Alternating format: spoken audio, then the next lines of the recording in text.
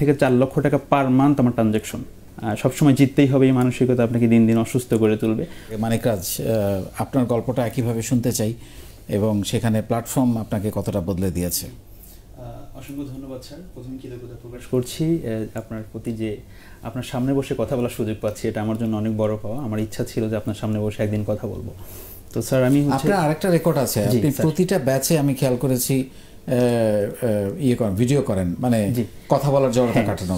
সেটা আমি তো আপনার তো এখন কথা বলার কোনো জড়তা আর নাই। আমি বেরিয়ে যে তাও করেন, তাও করি, প্র্যাকটিস করি। অসাধারণ স্যার, এটা আমাকে কাজে দিয়েছে, সেটা হয়তো গল্পের মাধ্যমে আমি বলবো আপনাকে।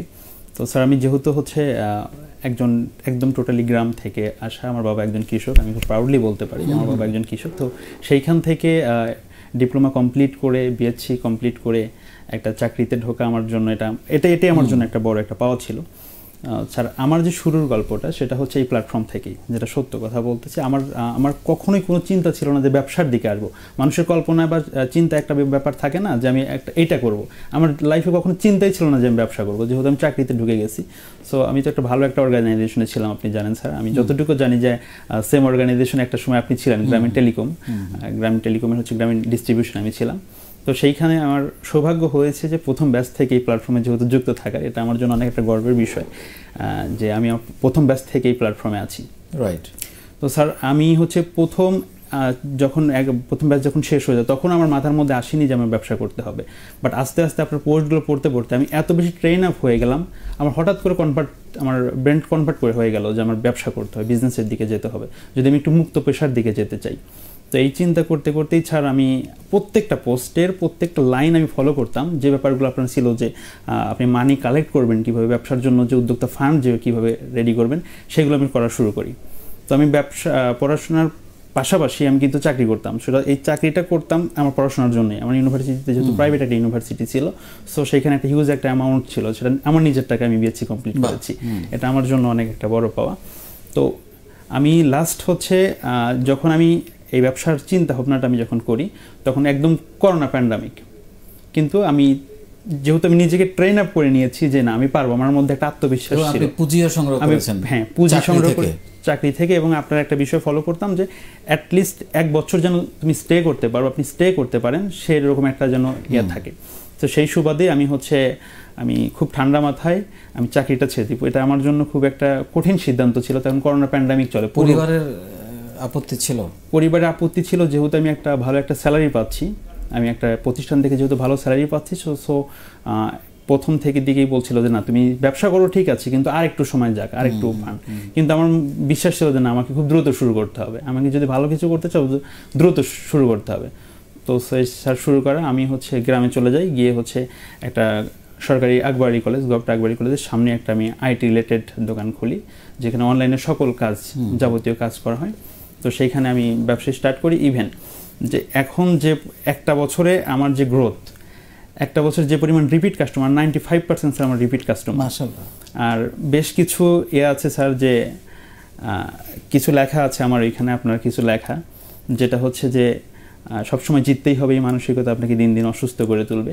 তো আমাকে যে পরিমাণ হেল্প করছে এই প্ল্যাটফর্ম, আপনাকে যে পরিমাণ চেনে মানুষ, সেই থ্রোতে আমাকে যে পরিমাণ হেল্প করছে এই প্ল্যাটফর্ম, সেটা স্যার আনবিলিভেবল। আমি লাস্ট 6 থেকে 8 মান্থের মধ্যে স্যার আমার যে পরিমাণ ইনভেস্ট করেছিলাম সম্পূর্ণ উঠে এসেছে। বাহ, অসাধারণ অসাধারণ। এখন মাসের সেল কেমন? স্যার আমার এখন বর্তমান যখন আমার ট্রানজ্যাকশন 3 থেকে 4 লক্ষ টাকা পার মান্থ আমার ট্রানজ্যাকশন। অসাধারণ অসাধারণ। 3 থেকে 4 লাখ পার ট্রানজ্যাকশন। ইভেন স্যার আমার 90% যে রিপিট কাস্টমার, তার মধ্যে স্যার 30% বলে যে অমুক ভাইয়ের কাছে যাও, ওই ভাইয়ের ব্যবহার ভালো। অমুক ভাই, আমি একটু ডিটেলে জানতে চাই, আপনি কি চাকরি টোটালি ছেড়ে দিয়ে ব্যবসা শুরু করেছেন, না চাকরি করতে করতে আগে রেডি করে নিয়েছেন? আমি স্যার চাকরি করতে করতে ফান্ডটা কালেক্ট করি, দেন আমি দোকানটা অ্যাডভান্স করি, তারপর 3 মাস আবার চাকরি, ওই অ্যাডভান্স করার পরে 3 মাস সময় নেই, চাকরিতে সময় নেই। তারপরে আমি টোটালি একদম খুব ঠান্ডা মাথায়, ধীর স্থির ঠান্ডা মাথায় আমি গিয়ে ব্যবসাতে মেইন ফোকাস দিই। তো সেইখান থেকে স্যার আমার গ্রোথ। এইখানে আমার যে প্রশ্নটা, অনেকেই চাকরি করে, যে সাহসটা নাই তাদের জন্য আপনার কি পরামর্শ হবে,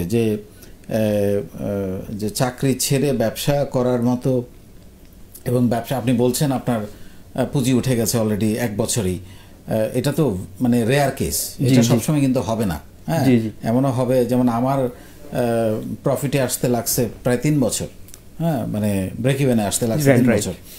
তো সেই ক্ষেত্রে যারা চাকরিতে আছে তারা যদি ব্যবসায় নামতে চায় কিন্তু সিদ্ধান্তটা নিতে পারে না, নানান ভয় শঙ্কা, হবে কি হবে না, তাদের জন্য আপনার কি পরামর্শ হবে? না, ভয় সংখ্যার জায়গাটা স্যার হচ্ছে এটা খুবই স্বাভাবিক যে মাস শেষে আপনার ফিক্স স্যালারি আপনি পাবেনই, কিন্তু ব্যবসাতে এসে স্যার চাকরি কি এখন আসলে এতটা নিরাপদ না? যেমন করোনার সময় চাকরি চলে গেল, একটা আরেকটা হলো যে আপনি যদি গুড পারফর্মার না হন তাহলে চাকরি তো থাকবে না।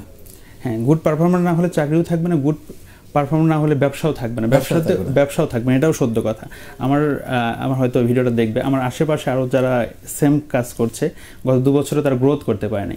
এইখানে একটা মজার বিষয় হচ্ছে যারা অনেকেই ভুল একটা বিষয় ভাবে যে শিক্ষিত, আপু যেটা বললো আর কি, আপুর কথা বলছি যে শিক্ষিত মানুষ কেন ব্যবসায় আসছে, তুমি চাকরি করা উচিত। কিন্তু আমার তো মনে হচ্ছে শিক্ষিত মানুষ হচ্ছে ব্যবসায় আসা বেশি, কারণ আমার কথার যে ভ্যালুটা থাকবে, আমার কথার যে পাওয়ারটা থাকবে সেটা কাস্টমার খুব দ্রুত রিসিভ করতে পারবে।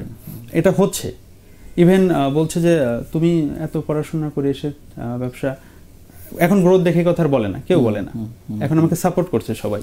এই গ্রোথটা করার জন্য আপনি কি করেছেন?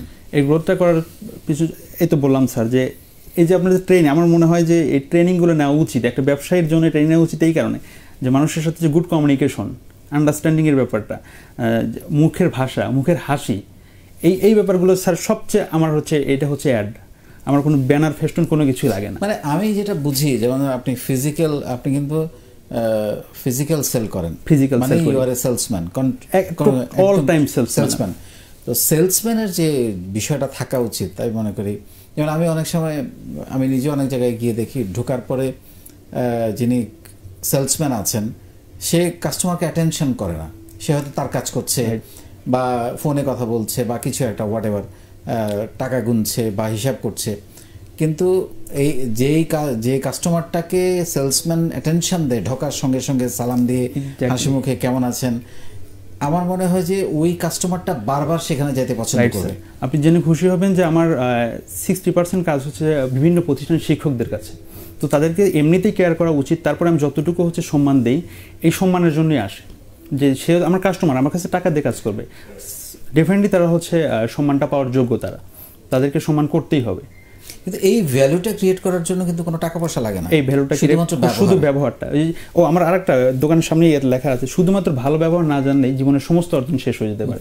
ইকবাল বাহার জাহিদ স্যার, অনেকেই স্যারের দিকে উনি কে, হ্যাঁ, এটা আমার খুব লাগে যে আমার ব্যবহার দেখে বা আমার কথাবার্তা বলা দেখে ওই স্যাররাই রিকমেন্ড করে। তাহলে আপনি যদি কয়েকটা পয়েন্ট বলেন, একটা বলছেন যে আপনার এই দ্রুত গ্রোথের 1 বছরের মধ্যে ঘুরে দাঁড়ানোর একটা কারণ হচ্ছে যে আপনার ব্যবহার, আপনার সেলসম্যানশিপ, আপনি হাসি দিয়ে মানুষকে সম্মান দিয়ে কথা বলেন, এটা একটা কারণ। আর কি কারণ?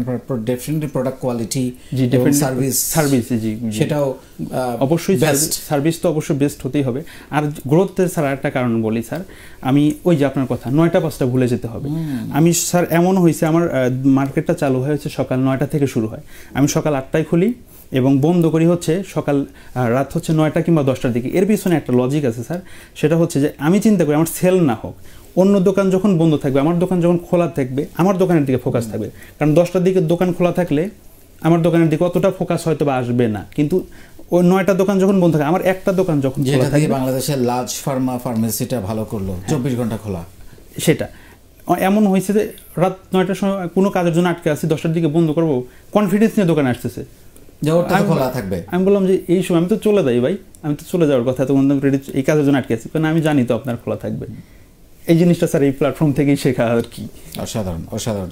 আরেকটা বিষয় আপনার কাছ থেকে জানার ছিল, আপনি তো গ্রোথের কথা বললেন এবং আপনি কন্টিনিউয়াসলি ব্র্যান্ডিংয়ের জন্য নিজেকে কাজে লাগিয়েছেন, এইটা আপনাকে অনেক বড় হেল্প করেছে। হ্যাঁ, এটা বড় হেল্প করছে, যে বিশেষ করে যেহেতু আমার হচ্ছে ইউনিভার্সিটির সামনেই এটা, সো যখন দেখে আপনার সাথে আমার ছবি এবং আপনার লেখাগুলো, ওনারা আপনাকে এমনভাবে চেনে, আপনি খুব মানে কল্পনাও করতে পারবেন আপনাকে রুরাল পজিশনের মানুষ কীভাবে আপনাকে চেনা শুরু করছে।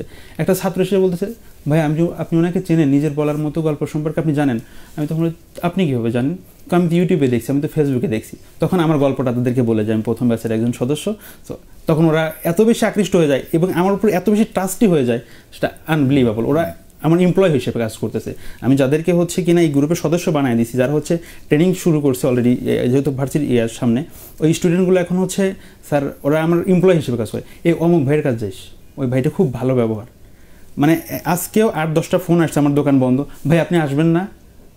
সো আপনার আরেকটা জিনিস, সেটা হচ্ছে আপনার বিজনেস দ্রুত গ্রোথের আরেকটা বড় কারণ হচ্ছে রিপিট কাস্টমার, যেটা আপনি বলছিলেন যে সেটার কারণে আপনার। সো এইটা তো আমি বারবার বলে আসছি যে এটাতে আপনারা মনোযোগ দেন। আর ওই যে পয়েন্টটা স্যার ভুলে গেছি, সেটা হচ্ছে কথা বলার জড়তা কাটানোর সেশন। আমার লাইফে স্যার আপনি এখনো বলেন যে আপনি তো এখনো মাঝে মাঝে ভিডিও দেন, আমি দেখি।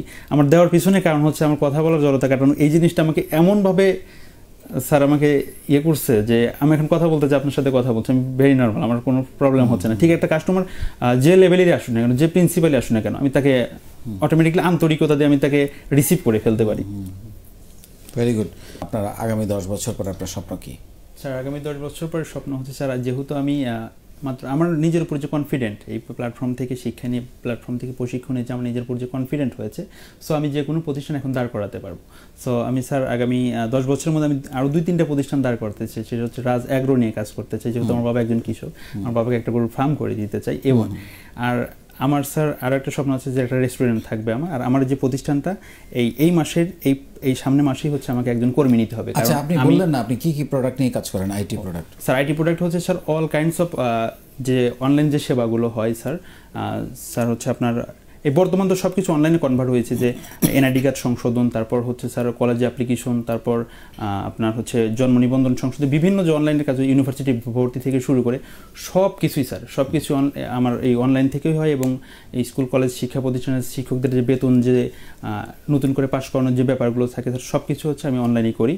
ইভেন আরও অনেক যে সেবাগুলো আছে মানে নিতে আসে, আপনি এটা টোটালি সার্ভিস টোটালি সার্ভিস। এবং রাজ আইটি অ্যান্ড গিফট কর্নার মানে হচ্ছে যেহেতু কলেজের সামনে, সো আমার এখানে হিউজ হচ্ছে স্টুডেন্টরা যেহেতু যাওয়া আসা করে, তোদের জন্য একটা গিফট কর্নার আছে। সো এইগুলো হিউজ সেল হয় আমার এইখান থেকে। আর বর্তমান হচ্ছে আমি স্যার আপনার দোয়ায় আমার সবচেয়ে বড়, আপনি যেটা কথা বলেন যে চাকরি করবো না, চাকরি দিব, ইনশাল্লাহ আগামী মাসে আমার একজনকে নিতে হবে, কারণ আমি একার কন্টিনিউ করতে যেহেতু পারছি না। সো আমি হচ্ছে এখন একজন খুঁজছি যে খুবই আমাকে হেল্প করার জন্য। হ্যাঁ জি।